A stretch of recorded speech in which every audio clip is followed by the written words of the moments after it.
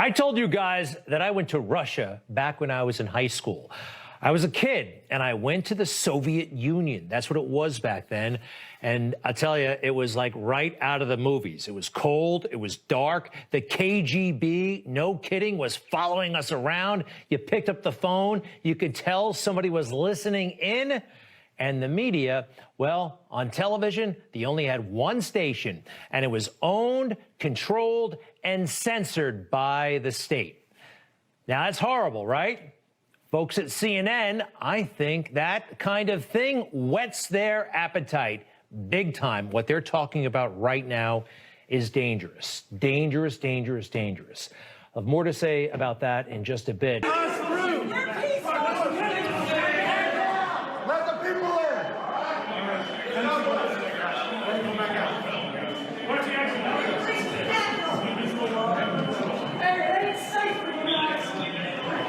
We love you guys. Take it easy. All right. I support the cops big time. I'm from a law enforcement family, but those cops have not only guns, but batons and stun guns and communications gear. And this is just yet another video of letting them all inside. Now, I've seen the struggles. We have as well, ugly scenes outside the Capitol, but too many of these moments that have not been sufficiently explained. What else? Have you seen this yet? Hey! Man, glad to see you guys. You guys are patriots. Look at this guy. He's got covered in blood. God bless you. Yes. You good, sir? Do you need medical attention? I'm good, thank you. All right. I got shot in the face. Where are they? I got shot in the face with some kind of plastic bullet. Any chance I could get you guys to leave the Senate wing? We will. I've been making sure they ain't disrespecting the place. Okay, just want to let you guys know this is like the sacredest place. I know. Hey, no, I'm gonna take a sit in this chair because my pants is a traitor. Well, I'm not one to usually take pictures of myself, but in this case, I think I make an exception. Hey, you and Ray, can you take a picture of me? I'm throwing my phone. I don't know about you. Back when I used to hang out in bars, I've been kicked out of bars with more aggressiveness by the bouncers than what this cop, I'm sure he has his orders, but what is happening here? That didn't look like much of a siege. Now, I know, Capitol, we saw some awful things, but this, so far, inexplicable. It goes on. We love you and we thank you. In Christ's holy name we pray. Amen!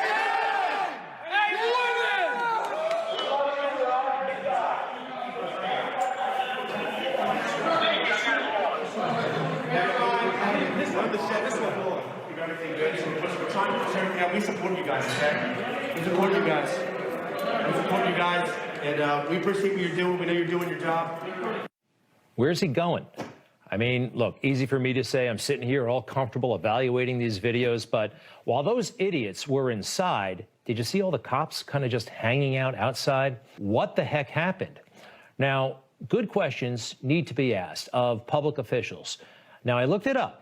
Washington, D.C. is a city that surrounds the Capitol, okay? It's a city. The mayor down there is Muriel Bowser, okay? She's in charge of the police department, the Metropolitan Police Department, and a lot of those cops did a great job last Wednesday.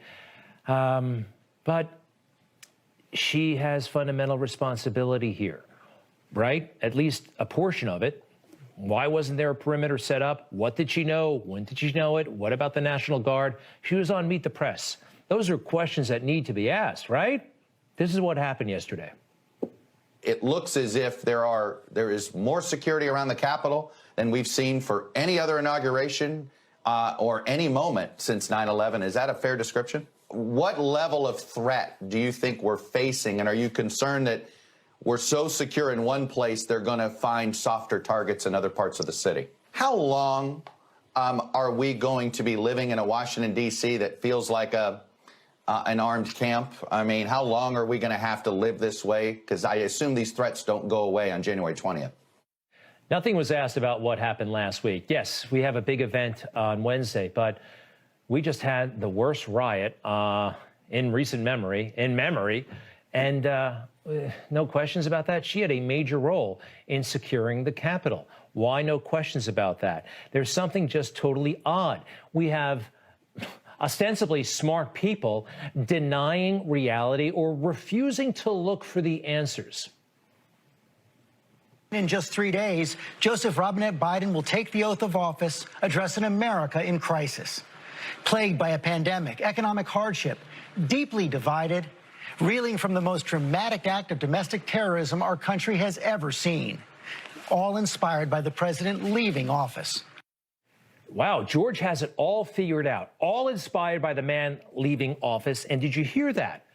The worst domestic terror incident in the history of the country. That's the narrative they want. This was the worst thing that ever happened to us. It was awful. It was terrible. But folks, we've been through a lot, right?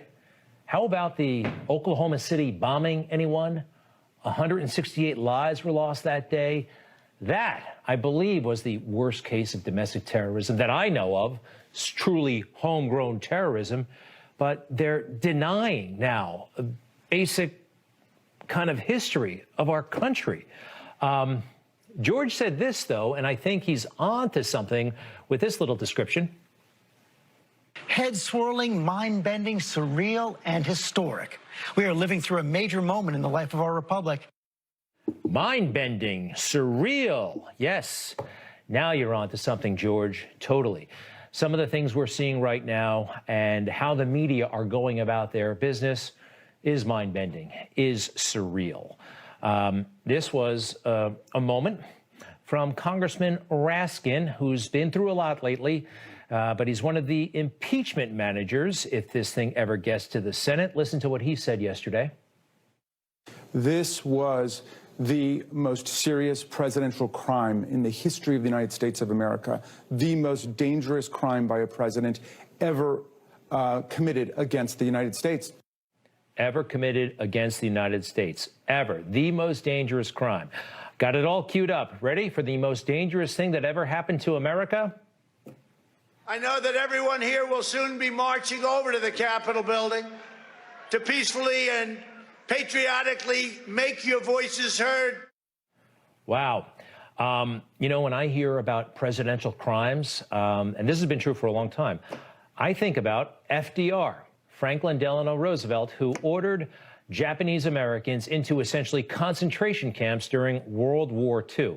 And we still have a great big highway named for FDR right here in New York City.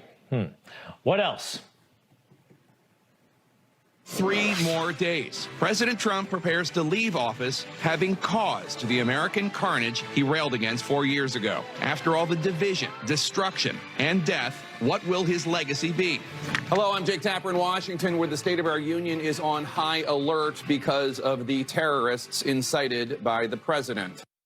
Wow, he's figured it all out. He already has declared the president incited it. People possibly on Capitol Hill are going to struggle with this one if this impeachment fiasco ever comes forward. But that so-called straight news show, he has figured it all out. And the name of his show is State of the Union, i.e., this is how it is, and I'm going to tell you how it is. By the way, this is the Greg Kelly Report Show, all right? This is my view of things, and maybe you agree, maybe you don't. Jake is telling you this is the truth. He's telling you a lot of highly, highly, highly debatable things that he's portraying as open and shut, open and shut. And it got worse a little bit later on that network. We have to turn down the capability of these conservative influencers to reach these huge audiences. And then we're going to have to figure out the OANN and Newsmax problem. You know, that these companies have freedom of speech, but I'm not sure we need Verizon, AT&T, Comcast, and such to be bringing them into tens of millions of homes. Who the hell is this guy telling you and me what we can watch at home? This is a real thing that they're trying to do because they don't agree with us and they don't agree with you about our very real and sincere concerns about what happened on Election Day in 2020. They write it off as a lie. They don't want to look there. They don't want to go there. They already know from the comfort of their studio everything that's going down, everything. They understand it, and they're going to tell you what's happening right now. The media elites are trying to reassert their elite status. They don't have that status, okay? They're just people with access to the same internet that you and I have, okay? Get over yourselves. Got one more example, though. And I knew this person, Allison Camerata. Nice person. A little bit taken away with herself, all right? Here's what she wrote. Got some buzz over there at CNN. I think at this point, the smartest thing the rest of us could do is no longer give warped Trump supporters, a platform and no longer lend them our ears. It's time to turn off their microphones. Now, that's the scary part, and that's why we highlighted it. It's time to turn off their, as if they have that power. Now, they don't, but they're trying to find a way to get it through cancel culture, through bullying, through corporate pressure. That's what they're attempting. And, folks, they are dead wrong. I want to let them know, and we'll remind ourselves, why we are so skeptical of the Ministry of Truth and the media, okay? Because even before Donald Trump ever came on the scene, media polled at roughly, 10, 12% favorability, way below Congress. Nobody, quite frankly, has ever liked them. But it all came to a head in 2016, didn't it? Here's why we don't trust you guys anymore. Donald Trump has virtually no chance to win. Trump has no chance of winning this election. Donald Trump has no chance of winning the White House. There's no chance of Donald Trump winning. Unless Donald Trump changes, there's no chance he wins. Is there any chance Donald Trump, any reasonable, plausible chance he can win the presidency in this election? No. No. Not right now, no. You know, it's a confidence and conviction, the certainty they had every step of the way.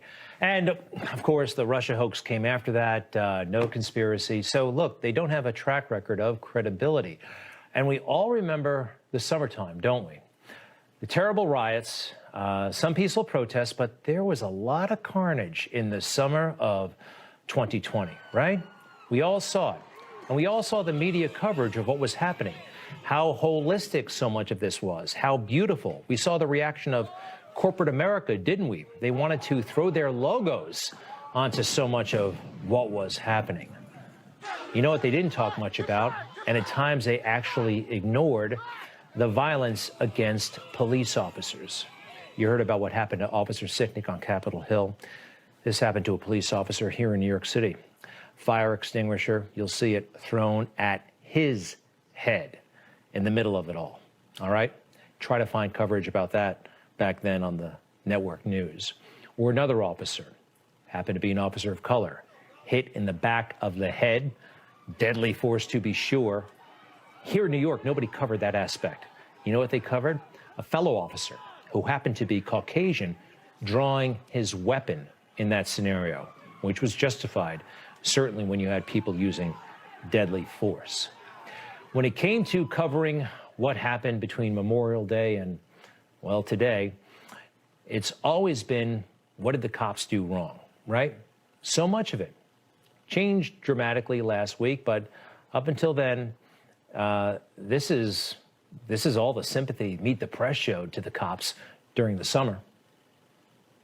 At the same time, in other cases, protesters have attacked police with rocks and bottles.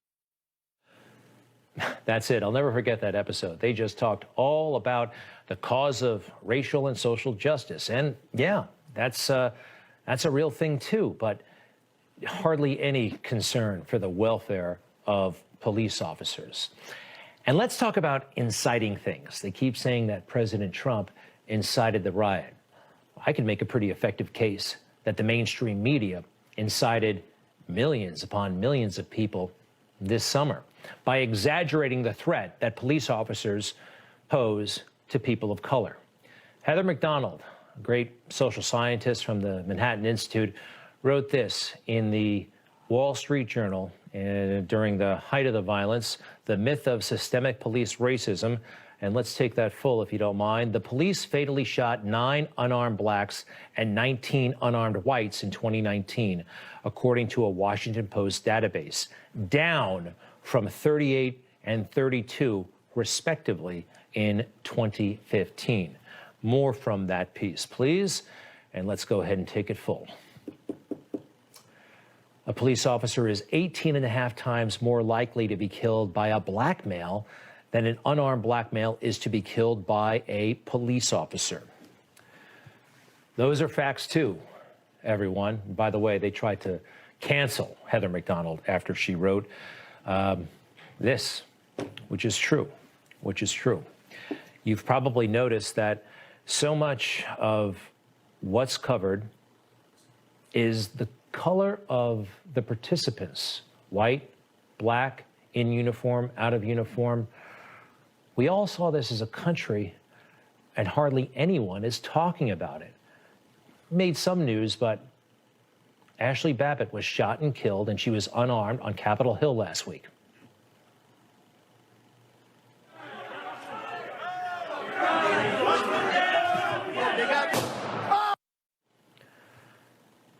Now, why aren't we hearing more about her, more about what happened, more about the investigation into what happened? Was that an appropriate use of force? I don't think so, but maybe it was, according to their guidelines. I haven't heard of that before. Why is there not more attention? Does anyone have any theories? Can we look at her picture, please?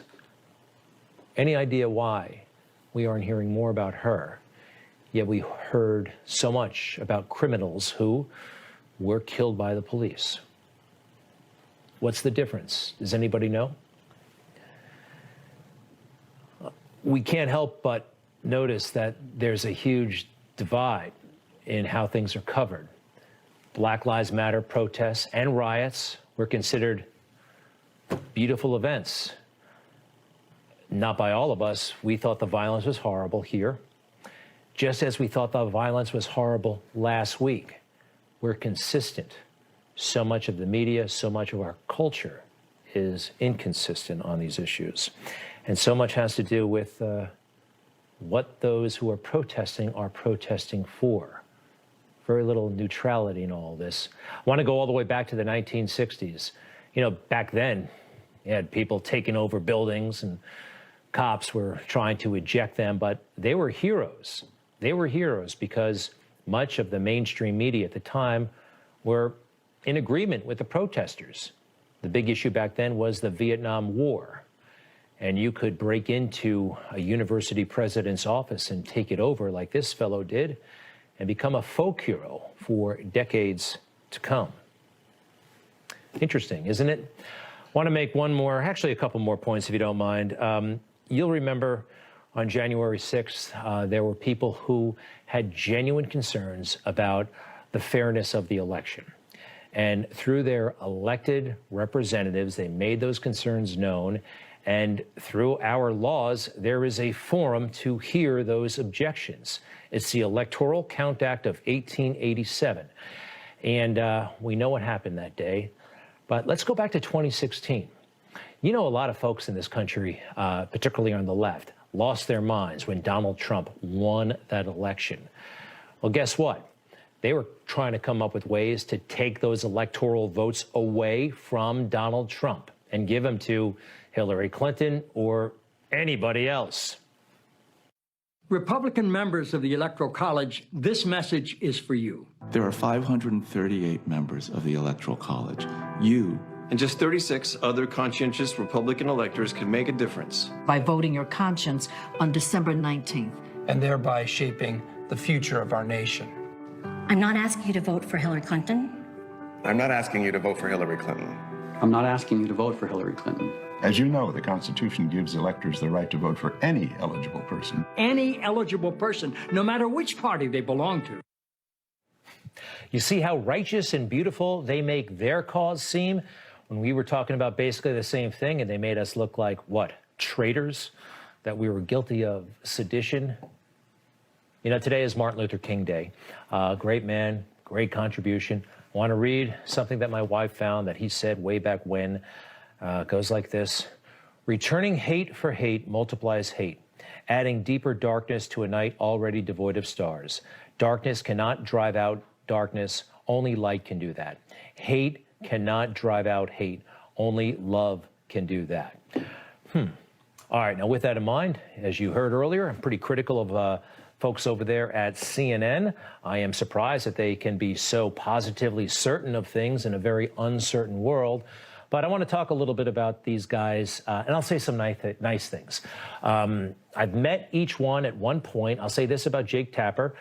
He did an excellent job moderating the 2016 Reagan Republican debate during the primary. It might have been in 2015, but he was almost flawless that night.